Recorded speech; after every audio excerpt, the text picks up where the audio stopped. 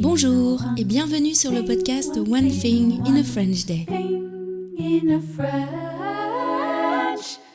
Aujourd'hui, vendredi 8 mars 2024, cet épisode, le numéro 2340, s'intitule « Se tutoyer et se vouvoyer » avec Nathalie Iris, première partie.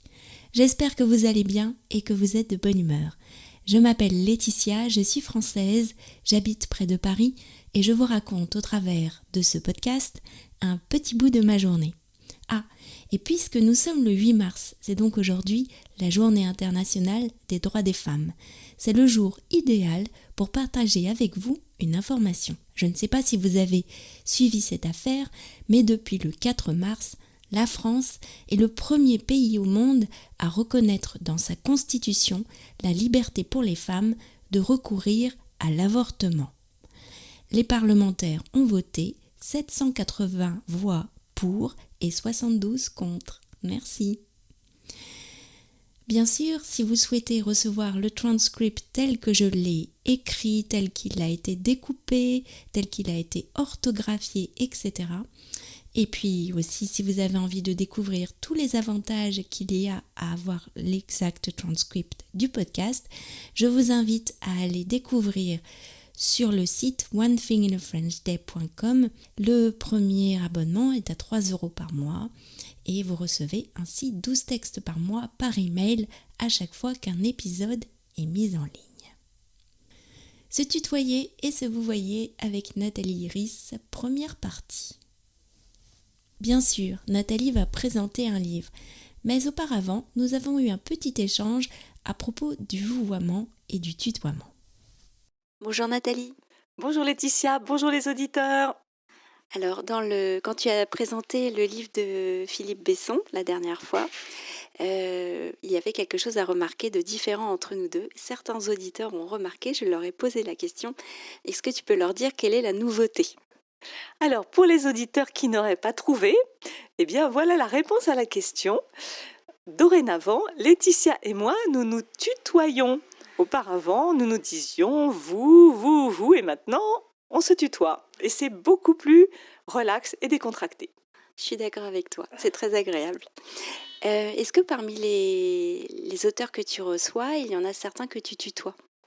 Alors oui, en fait, souvent quand je les ai reçus 1 fois, 2 fois, 3 fois, le courant est passé et puis tout naturellement, on se tutoie. Philippe Besson, tu me disais, dont tu as présenté le livre la dernière fois, tu le tutoies ? Oui, je le tutoie. Ça fait longtemps qu'on se connaît. Maintenant, il a dû venir peut-être 7 ou 8 fois à la librairie. Et évidemment, ça crée des liens et on se tutoie.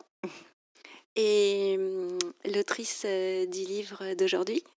Alors non, l'autrice du livre d'aujourd'hui est une femme absolument exceptionnelle. J'ai énormément de respect pour elle. C'est presque une de mes idoles, on peut dire. Et non, vous n'allez pas deviner, donc je vais tout de suite vous dire son nom. Elle s'appelle Isabelle Autissier. Et justement, dans le fait de... Alors, j'ai beaucoup de respect aussi pour Philippe Besson, voilà. Mais j'ai quand même une certaine distance avec Isabelle Autissier, qui est donc au départ une navigatrice. Ça a été la première femme à faire le tour du monde en solitaire. Et puis après, elle a fait bien d'autres choses. Elle est très active pour la défense de l'environnement. C'est aussi pour ça que c'est une de mes idoles. Elle est présidente de WWF France, donc qui est la fondation pour la protection des animaux. Et parallèlement à ça, il y a quelques années, elle s'est mise à écrire des romans, qui ne sont d'ailleurs pas forcément des romans qui traitent de l'environnement, hein. Nous découvrirons lundi le livre d'Isabelle Autissier que Nathalie souhaite nous présenter. Il ne s'agit pas du naufrage de Venise qui m'avait laissé un souvenir mémorable. D'ailleurs, j'emporte ce mystérieux livre, enfin mystérieux jusqu'à lundi, avec moi à Nice. C'est ce week-end la compétition de Kung-Fu. Le voyage en train dure 5h30, je suis donc bien contente de partir avec un livre conseillé par Nathalie. One Thing in a French Day, c'est fini pour aujourd'hui. Je vous souhaite à tous de passer un très bon week-end et je vous retrouve lundi pour un nouvel épisode du podcast. À bientôt, au revoir.